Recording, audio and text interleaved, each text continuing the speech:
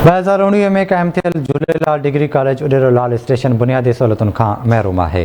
हुन हवाले सां रिपोर्ट करे रहियो आहे सिकंदर सवाल। सिंध हुकूमत जी इहा दावा रही आहे त सिंध जे तइलीम खाते में एमरजेंसी लागू करे छॾी आहे, पर शायदि ईअं न आहे। झूलेलाल डिग्री कॉलेज 2019 में वजूद में आयो। बदकिस्मती सां हिन वक़्त ताईं डिग्री कॉलेज जा शागिर्द गवर्नमेंट हायर सेकेंडरी जी इमारत में तइलीम पिराए रहिया आहिनि। डिग्री कॉलेज हिन वक़्तु खोड़ सारनि मसइलनि में जकड़ियल आहे। कॉलेज में बुनियादी सहूलियतुनि जो सख़्तु फुक़दान हुजण सबबि शागिर्द तोड़े अमलो सख़्तु परेशानी खे मुंहुं ॾेई रहियो आहे। साईं 2019 में ई कॉलेज ठहियो ऐं तक़रीबन 2-2.5 साल थिया आहिनि ऐं गवर्नमेंट ऑफ सिंध 15.5 करोड़ मंज़ूर करे छॾिया आहिनि बिल्डिंग जे लाइ। जॾहिं प्लाट ॿिए पासे में पियो आहे गवर्नमेंट जो, जेको असां उन्हनि खे सर्वे बि करायो आहे, एजुकेशन वर्क्स वारा बि आया, पर अञा अलाए छा आहे किथे रुकावटूं आहिनि जंहिंजे करे कॉलेज जी बिल्डिंग स्टार्ट कोन थी आहे ठहण।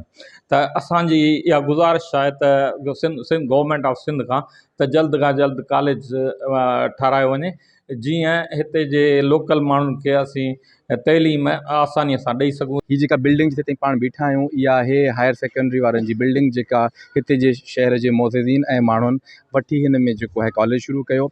तक़रीबन 4थों साल हिते हले पियो। 4 सालनि खां वठी असां जेके मसइला आहिनि, हीअ जेको दरवाज़ो लॻल आहे हींअर, हीअ असां पाण फोड़ी करे हीअ दरवाज़ो लॻायो आहे। इन खां पहिरीं दरवाज़ो कोन हो। मुसलसल ॿार नियाणियूं हिते किरंदियूं हुयूं।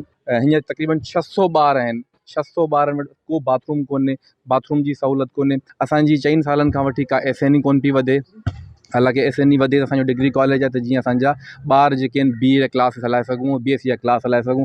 इन करे हर साल तक़रीबन 450-500 ॿार जेके वञी घरनि में वेही रहनि था, जेके BA कोन था कनि। पर टीचर्स की कमी है और जिसकी वजह से जो है पहले जो है बहुत सारे टीचर हुआ करते थे, तो कई सारे बच्चे आते थे, वो क्लासेस वगैरह अटेंड करते थे, मगर ऐसा अभी कुछ भी नहीं है।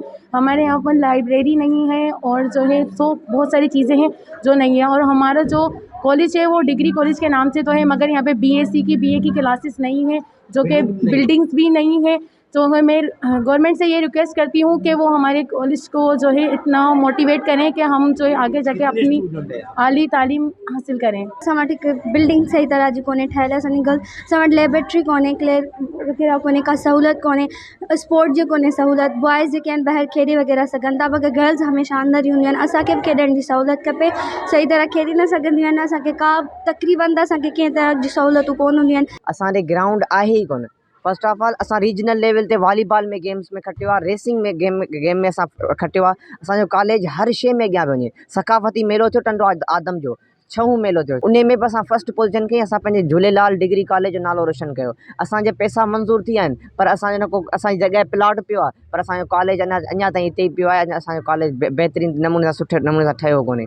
कॉलेज जी तमीर लाइ 15.5 करोड़ रुपया मंज़ूर थियल आहिनि। 3 साल गुज़रण बावजूद बि कॉलेज जी इमारत जे अॾावत जो कमु शुरू न थी सघियो आहे। डिग्री कॉलेज जे उस्तादनि तोड़े शागिर्दनि जो मुतालबो आहे त फौरी तौर ते कॉलेज में बुनियादी सहूलियतूं मुहैया कयूं वञनि, त जीअं हितां जो ग़रीब शागिर्द बाआसानी सां तइलीमी सरगर्मियूं जारी रखी सघे। कैमरामैन शहज़ाद सां गॾु सिकंदर साहवाल, आवाज़ TV उॾोरोलाल।